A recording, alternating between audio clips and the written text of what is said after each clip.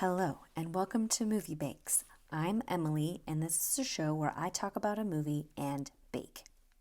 Today, I'll be talking about the 1977 movie Sorcerer. I picked this one because I am of the opinion that it's an extremely underrated classic that deserves to be seen by more people. If you like white knuckle thrillers full of seedy, unlikable characters, this is the movie for you.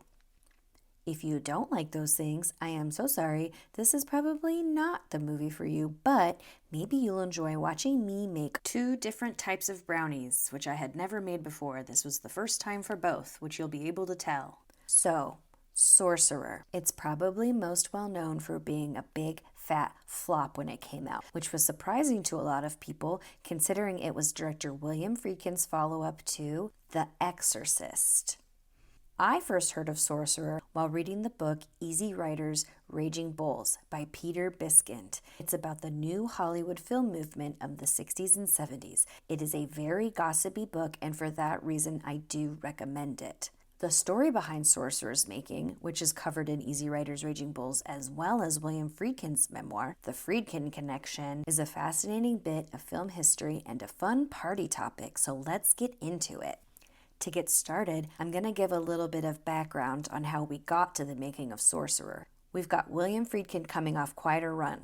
His first big hit was The French Connection, which came out in 1971 and is notable for having one of the greatest car chase scenes in cinematic history. It ended up being a huge hit with audiences and critics and was nominated for 8 Academy Awards, ultimately winning 5. It won for Best Director, Best Picture, Best Actor, Gene Hackman, Best Adapted Screenplay, and Best Film Editing. Roy Scheider, who stars in Sorcerer, was nominated for Best Supporting Actor, but lost to Ben Johnson for his role in Peter Bogdanovich's The Last Picture Show. When The French Connection was released in 1971, Hollywood was in the middle of a culture shift. Audience attitudes in the U.S. were changing. TV was becoming more accessible and popular, which meant people didn't need to leave their homes for entertainment. And foreign films, which weren't subject to the strict production codes prevalent in American movies, were becoming increasingly popular. American audiences were losing interest in expensive musicals and historical epics. Additionally, the studio system had gone away. In that system, actors and directors were typically under contract with one specific studio, like for example Warner Brothers, and they couldn't really choose what films they wanted to act in or direct. The studios themselves owned their own theaters and held exclusivity rights on which theaters would show their movies. The big studios were bleeding money and had no idea how to make movies that appealed to younger audiences. Desperate big studio producers started turning creative control over to younger directors, producers, and writers who had a better understanding of what audiences were hungry for. One of those young directors was William Friedkin, and he cemented his legacy with The French Connection.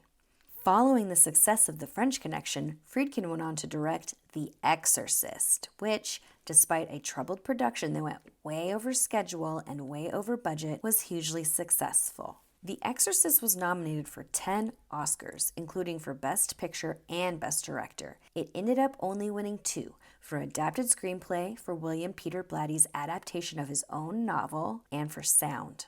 The night The Exorcist opened in Paris, Friedkin met a director he revered, Henri-Georges Clouzot, who it turned out was a fan of The French Connection.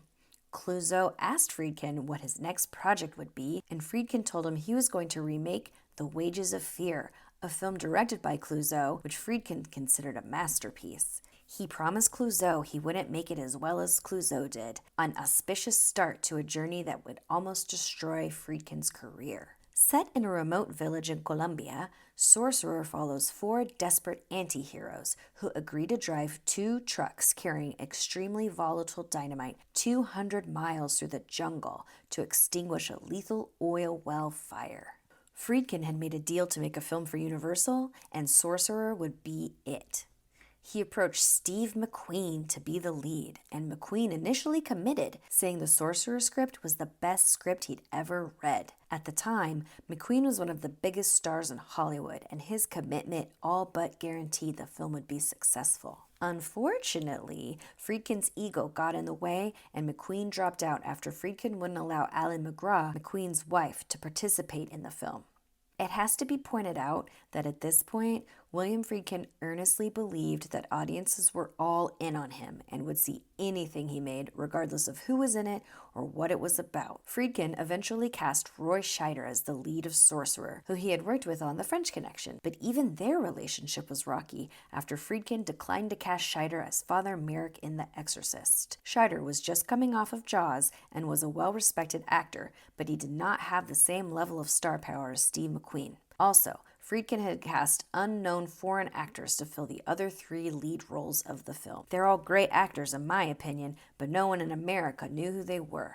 As a quick aside, it is my personal opinion that William Friedkin does not like actors. It's just a vibe that I picked up reading both his book and Biskind's book. It is absolutely worth reading Friedkin's memoir just to hear what he has to say about working with Al Pacino on the movie Cruising. It should be noted, following its release, Pacino refused to do press for Cruising, and he has still never talked about his time working on Cruising to this day. Friedkin insisted Sorcerer be shot on location, either because he truly believed the film would feel more authentic if shot outside the US, or maybe actually because he knew Francis Ford Coppola was shooting Apocalypse Now on location and his competitive nature couldn't help but want the same for his movie. Friedkin wanted to shoot in Ecuador, but ended up agreeing to have the film co-financed by Paramount Studios if he agreed to shoot in the Dominican Republic. So now he was working with both Paramount and Universal, and neither studio was enthusiastic about making Sorcerer.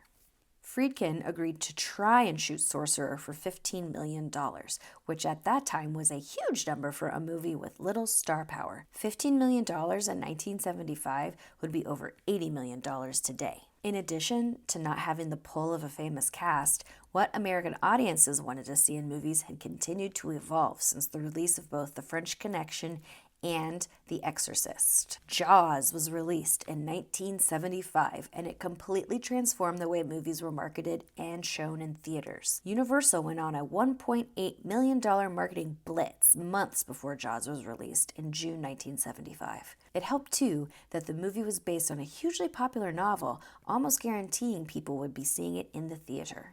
Jaws didn't need star power or a big-name director to get audiences hyped. They were already ready to go. In addition to dedicating a huge marketing campaign to Jaws, Universal Studios made the unusual decision to release the movie in hundreds of theaters across the U.S. simultaneously. At the time, a wide release of a movie meant that studios felt it would perform poorly, so it would get dumped into a lot of theaters and play until bad reviews kept people from going to see it.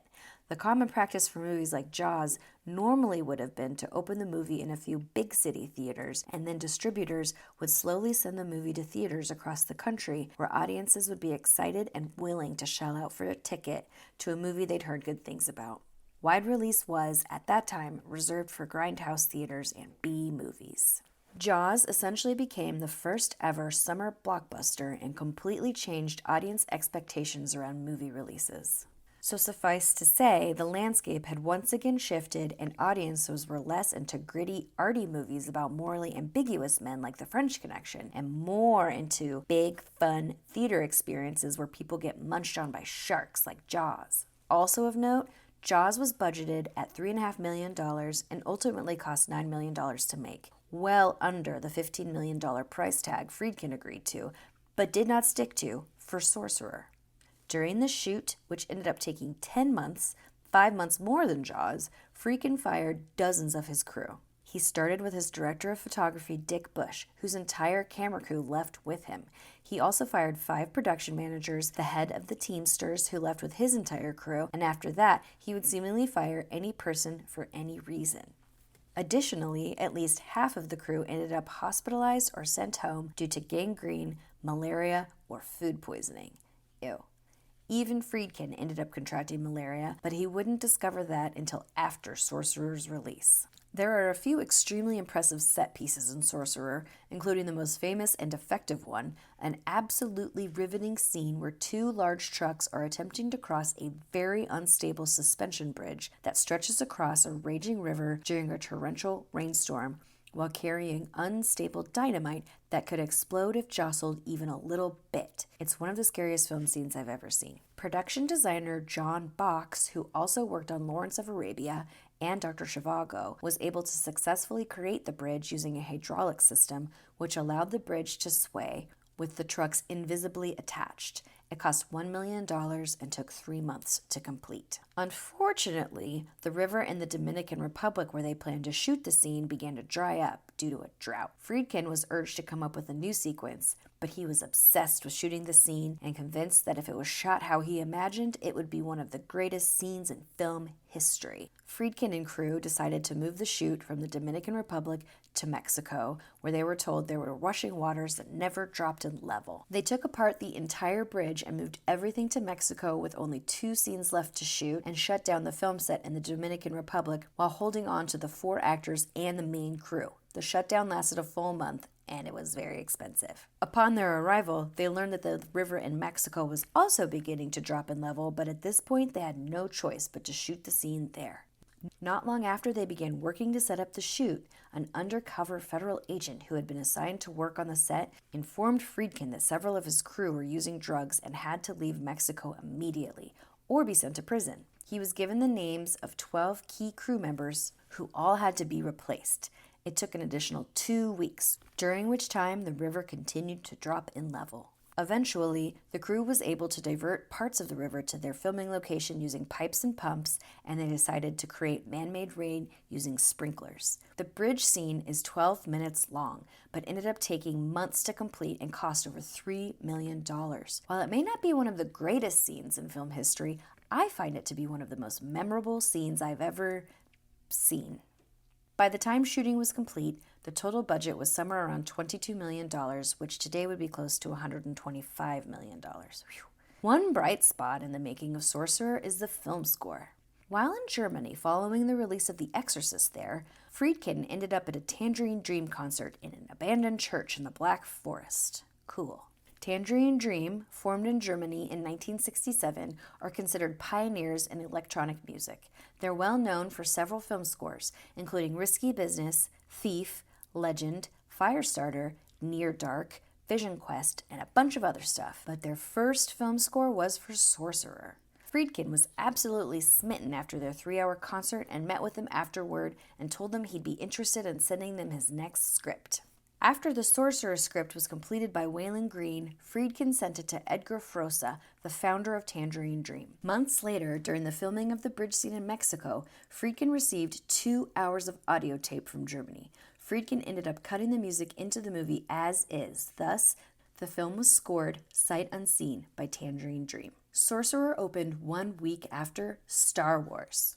The Chinese Theater on Hollywood Boulevard in LA was contractually obligated to show Sorcerer upon its release, and so begrudgingly pulled Star Wars to show Sorcerer. After only 1 week, it had performed so poorly that the Chinese Theater pulled it to replace it back with Star Wars, which audiences were clamoring for. In the end, Sorcerer's box office totals were $5.9 million domestically, $9 million worldwide.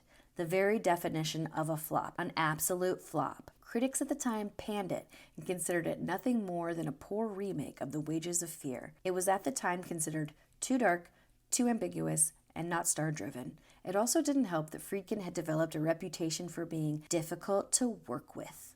Also unhelpful was that its release coincided with the release of Star Wars, a feel-good sci-fi fantasy with very obvious good versus evil themes.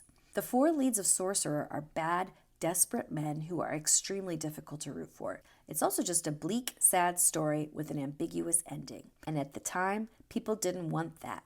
Han Solo was the lovable, scruffy-looking anti-hero they were after, not Jackie Scanlon, a guy from New Jersey who drives getaway cars for thieves who rob mob-controlled churches.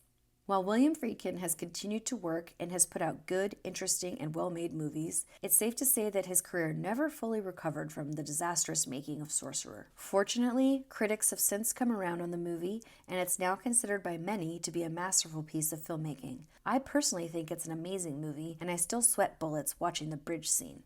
To me, it is Friedkin's best, most rewatchable film. And every day, I hold out hope that it will be added to the Criterion Collection. And there you have it. I talked about Sorcerer. There's actually so much more out there about the making of it. I recommend Easy Rider's Raging Bulls, and if you're interested in learning more about William Friedkin and his filmmaking shenanigans, his memoir is pretty interesting. Thank you for joining me. I'd love to hear what you thought of this episode or what you think of Sorcerer. Have you seen it? Do you like Tangerine Dream? What's your favorite Friedkin movie? What other movies should I talk about? What should I bake next? The recipe for these brownies is linked below if you'd like to make them. Have a great day. I hope you watch a movie.